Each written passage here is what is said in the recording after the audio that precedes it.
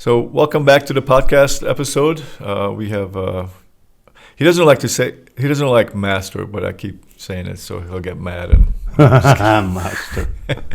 no, I'm kidding. We got Hans with us, of course. He's the one that knows all about this stuff. And today we're going to talk about out, Aus, boost, whatever language you use. Yeah. right? It's always good since we started with languages, and it's not in my notes, right? Okay, so speaking of different languages, you should always work the dog in foreign language as long as you do protection, right? So attack command or alert command and out command, basically 3 commands, and then we have a watch command, right? Guard. They should be in some foreign language, so that nobody can command your dog unless they know the command, and it's just the whole philosophy behind that, which is probably could go to another podcast, but basically for this purpose of this video here now or podcast now. Just take my word for it and use command the dogs in all the commands, obedience, protection, in some other language than your native language, your country you are in. If you're in Philippines, don't use Filipino, whatever language they use, or even Spanish. Use or English, just use Dutch or Czech or something offbeat,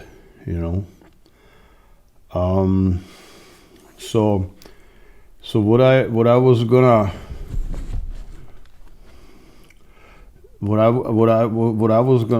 to talk about today is I want to make sure that we understand that out is not just standalone out. You see videos of let's say law enforcement out trying to get the dog off of the bad guy, and it's taking him a long time, right? And then all these smartaholics say, well, he needs more training. And that may be so, but usually that's not the problem. The problem is that the dog was not, or the canine team was not trained correctly. One of the reasons why the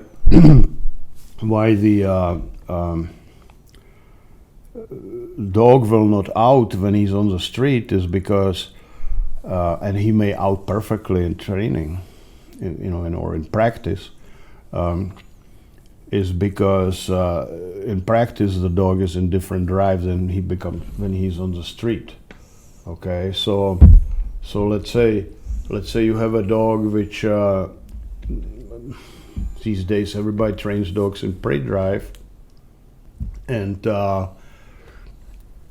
then the law enforcement team goes on a street and the bad guy kicks the dog in the head or in the ribs, and that flips the dog into defense drive. And so the training was teaching the dog to out while he's in the prey drive and was under no stress or stress of the prey drive. And then when he's on the street and he's fighting for real, he gets punched and all that by the bad guy. If the bad guy fights him, and the dog won't out because he's now in defense drive. So it's important that you train that in all the drives, all the training, okay, obedience, protection, everything from get-go. And it's important, that's one of the reasons why I emphasize it's important to not to train dogs for protection just in prey drive, right?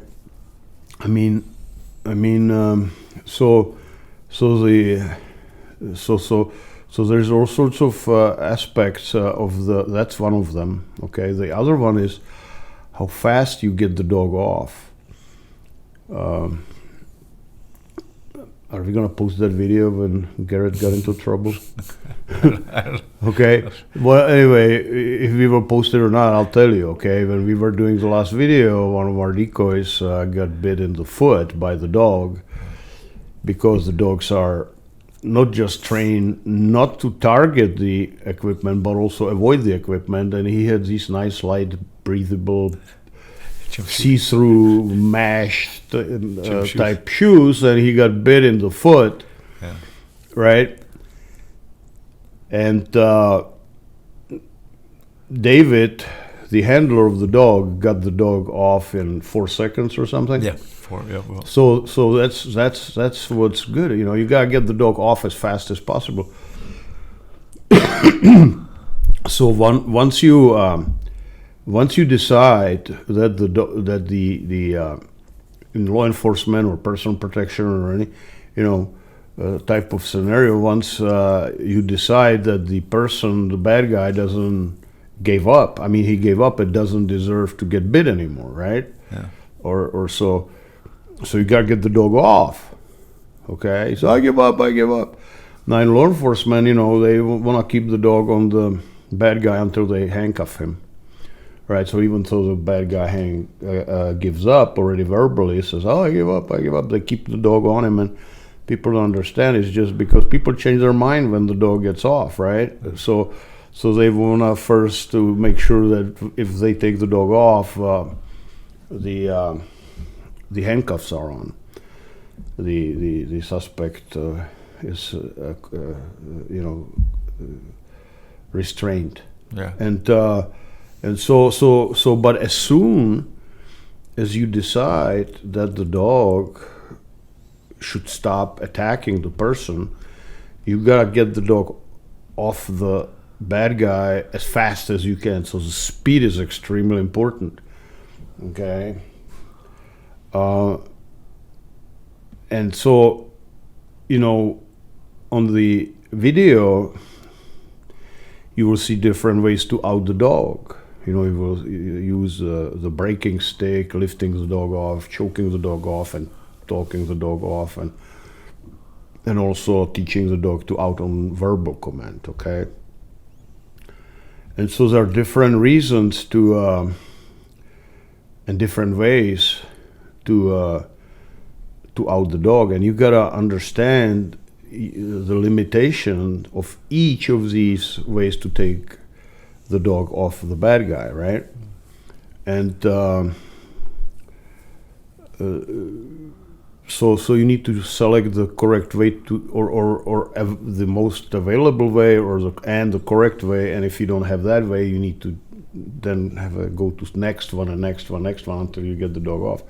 And you got to do it really fast, because today everybody has it on video, and if you're struggling with taking the dog off, you're going to be legally in trouble, right? That brings me also to the point that when you say pust or out or aus or whatever, and the dog doesn't out, and now you repeat the command, that means if the defense lawyer of the bad guy is going to chop you up to ribbons, because he's going to say you have no control over the dog. You see, he had to repeat the out. So basically what I teach, just for liability reasons, don't do out. Okay, out is for sport. I mean verbal out. Okay, that's for sport, so don't use it on the street. Yeah. Just go and get the dog, you just lift him off or choke him off, or use a braking stick, as you will see on the video. And don't say out, all right? Because once you say out and the dog doesn't out, for whatever reason, they're going to use it against you in court of law, okay? So that's really important, right? So get the dog as fast as you can, but don't keep saying out, pust, aus. Don't do it. Okay, best is just be quiet, come, lift the dog off, or use a braking stick or whatever, and back off from the scenario with the dog. Yeah. All right. Next thing is the doctors always whine about excessive damage the dog caused to the bad guy. Now, personally, I have opinion on it, right? When you are a bad guy, you know what I want to say, but I'm not going to say it, okay? But that's again what you're going to be up against, you know. The dog is going to fight. I teach the dogs to fight the bad guy. As long as he fights, anything is fair game. But you don't want the dog to damage the bad guy as you are getting the dog off. So two of the ways to get the dog off is you lift the dog up or you choke the dog off without saying post or out, right? Mm-hmm. And if you do it really with a lot of force because your adrenaline is pumping, as you're pulling the dog off, the canine may rake through and rip through the skin and cause more damage. More damage to the perpetrator, right? So you wanna make sure that you don't do that. Okay, it'll be kind of hard to prove it, but you know, for moral and ethical issues, it's a good thing. You know, guy gave up. All right, okay, get the dog off without causing any further damage to the bad guy. That goes to regrips, right? So when you lift the dog up or choke him off, and the dog is off, make sure the dog doesn't get another cheap bite in there, because that again will go against you. You know, so as soon as you lift the dog up vertically, as soon as you let go, you pull him horizontally away from the bite or from the bad guy, so the dog cannot regrip and get another bite, and that bite is not necessary, and that's gonna be a liability right there. Right, that the dog bit after he was already off, and the guy was give up, and he had handcuffs on and everything, and he got bit again. Mm-hmm. That's gonna cost your jurisdiction a pretty penny. Okay, maybe even jeopardize a canine program. All right, so, and that's for law enforcement, and of course for personal protection, it's the same thing. Okay. So in order to not going back to when you're lifting the dog off, not to use of the bite, not to use more force than necessary, so you don't cause further damage by raking or ripping the guy's arm or whatever tissue with his canine's teeth. You apply only so much pressure so the dog feels extremely uncomfortable on that bite and wanna let go, and when he lets go, then you pull him off, right? So always go vertically up and then horizontal, and when the dog outs, you pull horizontally away from the bite. But the thing I'm trying to stress out is don't use any more force than necessary to cause the dog to out. Mm-hmm. And it's kind of hard because when you are in a real life scenario, your adrenaline is gonna be out there a lot, and you will tend to overdo it. And so you need to practice this a lot, so that it becomes automatic, and it's like same as you breathing. It's just you don't have to think about it how to do it. Okay. So make sure that every time you do bite work, you know, you keep doing it, and make sure that you don't put more pressure than necessary. Of course, you don't want to put very little pressure either, because then that's counterproductive the other way. Yeah. Right? So that's why the training is important, that you know your dog and how much force will make him out, and not to use any more or less of that force. Okay. All right. Also, you know, I have a note here. If you are alone and you are not law enforcement, so you're not gonna be putting handcuffs on the bad guy. Make sure that you don't out the dog before he gives up. Yeah. You want him to cry like a 12-year-old girl before you let him off, right? Before you get the dog off the bite.